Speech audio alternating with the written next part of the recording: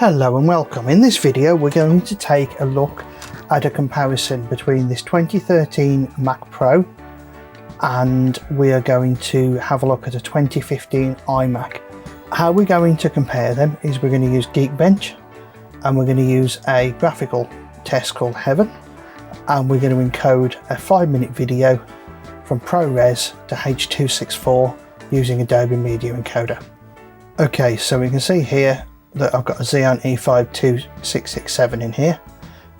So let's run this benchmark.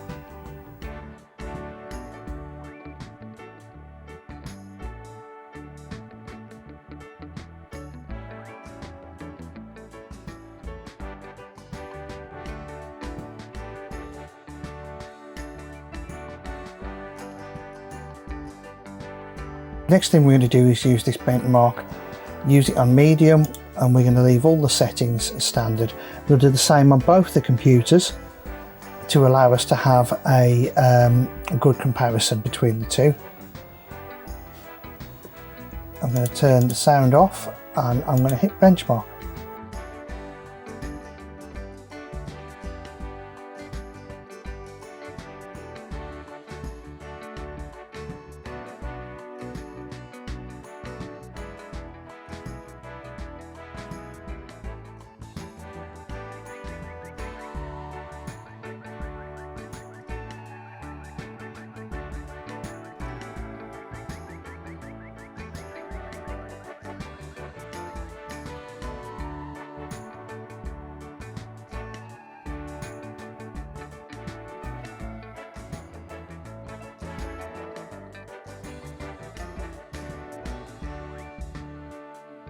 So as you can see, we've got a score of 1229 with an average frame rate of 48.8. Okay, for the next test we're going to use Adobe Media Encoder. We're going to go H.264, match source, and off we go with the timer.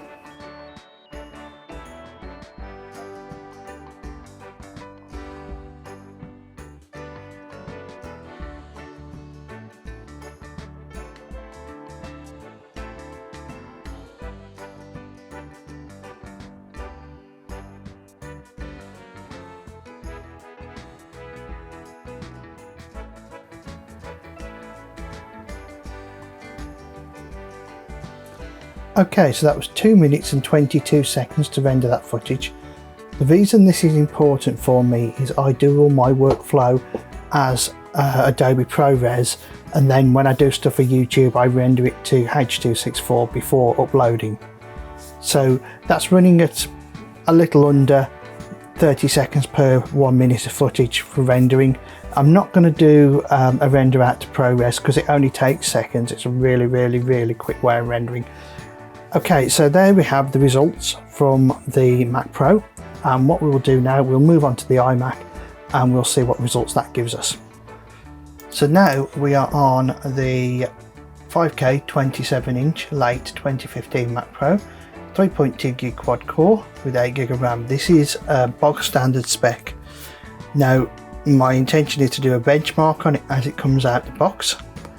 Then we'll upgrade it to 32 gig of RAM and do another benchmark, and finally I've got a 4 gig i7 processor to put in it, and I'm hoping that's going to bring my rendering time something close to what my Mac Pro gives me.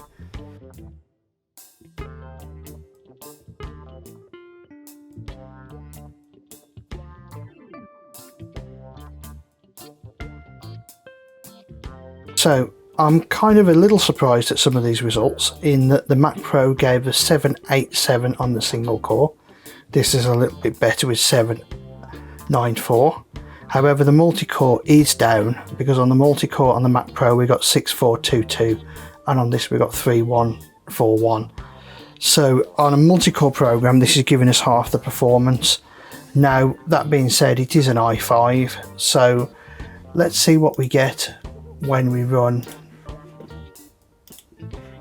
the video test.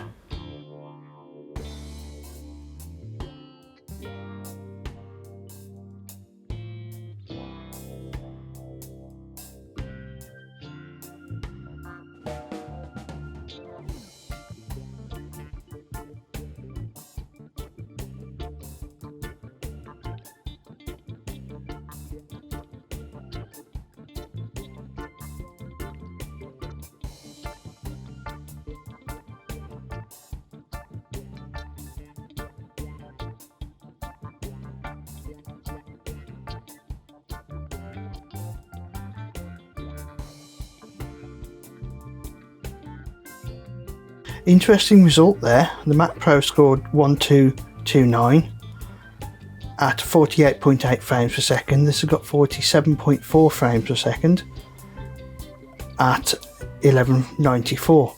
So I'm kind of amazed at how close the results are on that.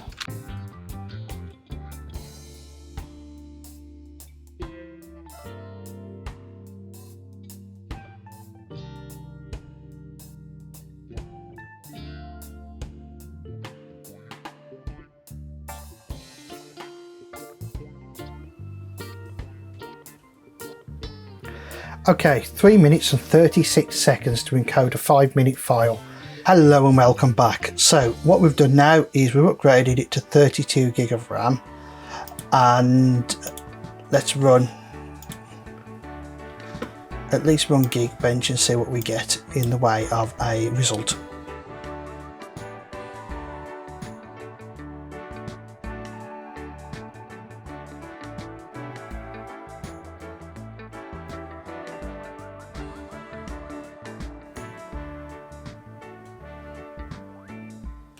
That's increased the single score and the multi-score score. We're now just shy of half what the Mac Pro gives us on single core, on multi-core, and we're now beating the Mac Pro on single core. So that's actually quite interesting. What I will say is, generally using this computer, even at its original specs, it doesn't feel in any way, shape or form sluggish. It still feels quite nice to use.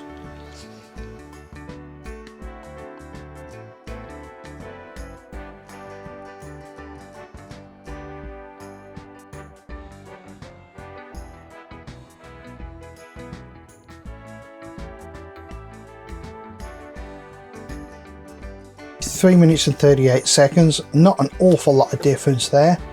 So the memory's made very little difference to the rendering speed of that, but it has improved the Geekbench score. Interesting. Okay then, so what we're going to do now is we're going to take this, I'm going to take it apart, and I'm going to fit an i7 processor, and I will be back. Hello and welcome back. So we've now been and upgraded this to a 4 gig quad core i7. It's took us 45 minutes. So let's run the benchmarks and see what we get.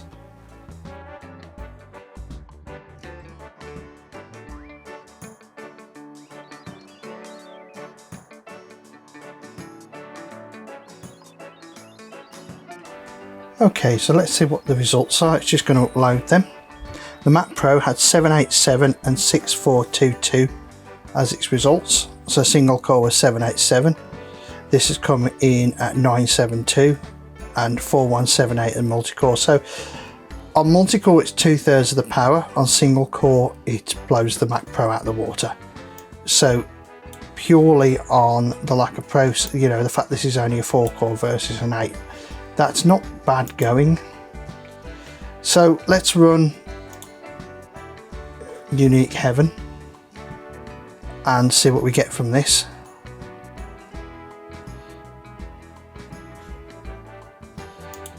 Turn the sound off, hit benchmark.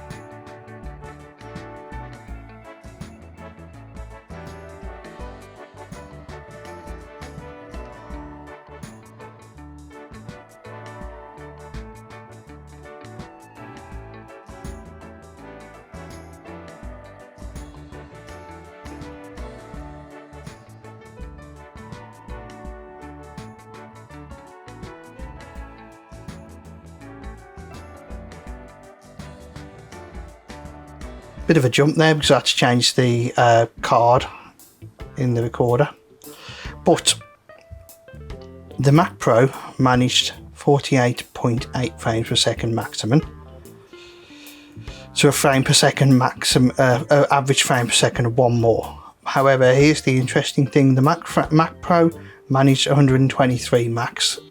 This managed 128 max. And the Mac Pro managed 11 frames per second minimum, whereas this does 13.3. So even though the score is a little bit lower, well, fractionally, in all honesty, the performance of the graphics card is better. So really what this comes down to now is media encoder.